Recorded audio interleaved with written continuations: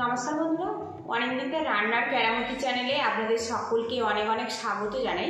আজকে আমি 2 পিস মাছ দিয়ে দারুণ লোভনীয় স্বাদের একটা নাস্তার রেসিপি আপনাদের সাথে শেয়ার করব। আমি কীভাবে বানাচ্ছি পুরো ভিডিওটি দেখার অনুরোধ রইল, আশা করি ভালো লাগবে। আজকে রেসিপির জন্য এখানে আমি 2 টুকরো মাছ নিয়েছি। এর মধ্যে দিয়ে দেবো 1/2 চামচ পরিমাণে হলুদের গুঁড়ো। তো বন্ধুরা, আমি এখানে রুই মাছ ব্যবহার করেছি, আপনারা চাইলে কাতলা মাছও ব্যবহার করতে পারেন। এবার এর মধ্যে দিয়ে দেবো স্বাদ মতো লবণ। নুন আর হলুদটা মাছের গায়ে ভালো করে মাখিয়ে নেব এইভাবে।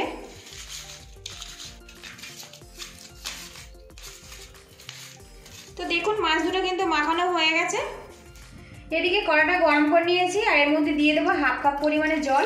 বন্ধুরা, এখানে কিন্তু জলের পরিমাণটা কম রাখবেন, খুব বেশি জল দেওয়ার দরকার নেই। এদিকে দেখুন জলটা কিন্তু ফুটে গেছে। এবার মাছের টুকরোগুলো জলের মধ্যে দিয়ে দেবো, দিয়ে মাছটা ভালো করে ভাপিয়ে নেব।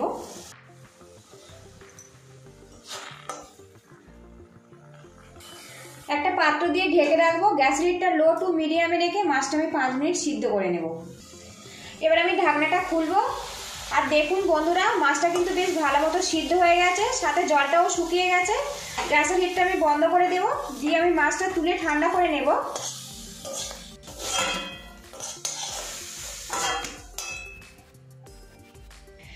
এদিকে দেখুন মাছটা কিন্তু বেশ ভালো মতো ঠান্ডা হয়ে গেছে। হাত দিয়ে কাঁটাগুলো আমি আলাদা করে দেব। আপনারা চাইলে কাঁটা চামচ দিয়ে কিন্তু কাঁটাটা আলাদা করে দিতে পারেন। এখানে আমি বোল নিয়েছি, বোলের মধ্যে বেছে রাখা মাছগুলো আমি নিয়ে নেব। আপনারা যদি এই রেসিপিটা পেটি দিয়ে বানান তো তাহলে কিন্তু কাটা মাচার তেমন কোনো ঝামেলা থাকবে না। এদিকে দেখুন মাছগুলো কিন্তু আমার বাছা কমপ্লিট হয়ে গেছে। এবার এই মাছের মধ্যে 1 চামচ পরিমাণে আদা রসুন পেস্ট দিয়ে দেব সামান্য পরিমাণে ঝাল লঙ্কার গুঁড়ো। এবারে এর মধ্যে দিয়ে দেব একটু বেশি পরিমাণে পেঁয়াজ কুচি। এখানে একটা বড় সাইজের পেঁয়াজ একদম ছোট ছোট করে কুচিয়ে নিয়েছি, সেটা দিয়ে দিলাম। এখানে দিয়ে দেবো একটু বেশি পরিমাণে ধনেপাতা কুচি। এবার এর মধ্যে দিয়ে দেব লঙ্কা কুচি, ঝালটা আপনারা স্বাদ মতো দেবেন। এবারে এর মধ্যে দিয়ে দেব গরম মশলা গুঁড়ো। এবারে এর মধ্যে দিয়ে দেবো জিরে আর ধনের গুঁড়ো।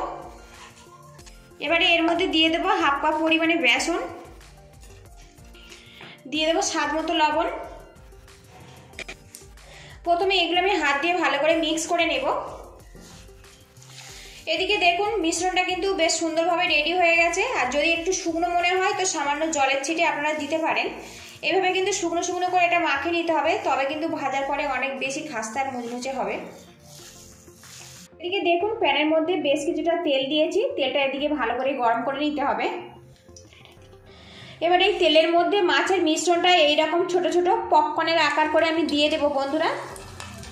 খুব বেশি কিন্তু গোল করার দরকার নেই, একটুখানি অসমানভাবে কিন্তু এগুলো ভেজে নিলে অনেক বেশি মুচমুচে হবে। একদম ছোট্ট ছোট্ট করে এগুলো ভেজে নিতে হবে। বেশ কিছুটা ফিশ পপকর্ন আমি তেলের মধ্যে দিয়েছি, আর এখন কিন্তু একটু নাড়াচাড়া কম করতে হবে।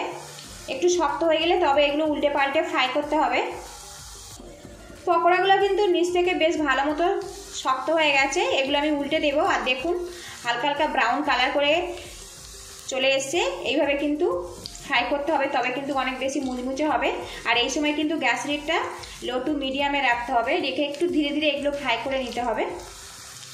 মাঝে মধ্যে পপকর্নগুলো কিন্তু একটু উল্টে পাল্টে দিতে হবে, যাতে সমানভাবে কালারটা চলে আসে পপকর্নের গায়ে।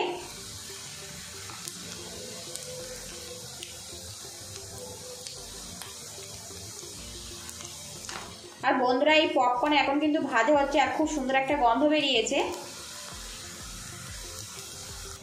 এদিকে দেখুন পপকর্নগুলো কিন্তু বেশ ব্রাউন কালার করে আমি ফ্রাই করে নিয়েছি। এবার এগুলো আমি তুলে নেব।